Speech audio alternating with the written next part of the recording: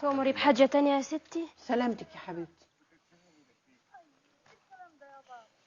ميرسي يا سحر، ميرسي على الموبايل بجد جميل جدا. العفو يا حبيبتي، ده مش قد مقامك. اسمعوا الكلام ده بقى وقولوا رايكم فيه ايه.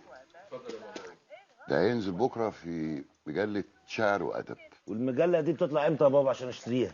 انت بالذات تسكت خالص.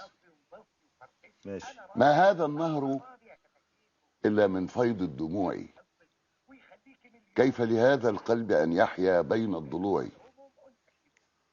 طالت سنين البعد يا ويلتي، كيف لهذا الليل ان ينجلي، اين الشموع. بس بقيه المقاله بقى بعد كده ان شاء الله. الله الله يا عمي، الشهاده اللي كلامك اثر فيا قوي. على فكره انت كذاب قوي.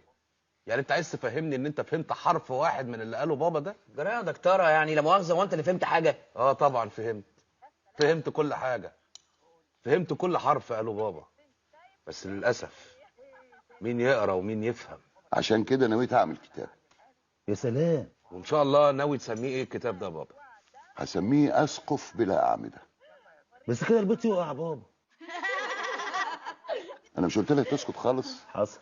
ده اسم رمزي يا جاهل. رمزي؟ مين رمزي ده يا؟ رمزي ده الدكتور رمزي، عميد كليه الحقوق اللي رفضك، ولا نسيته؟ الله يقطعه مطرح ما هو قاعد يا اخي.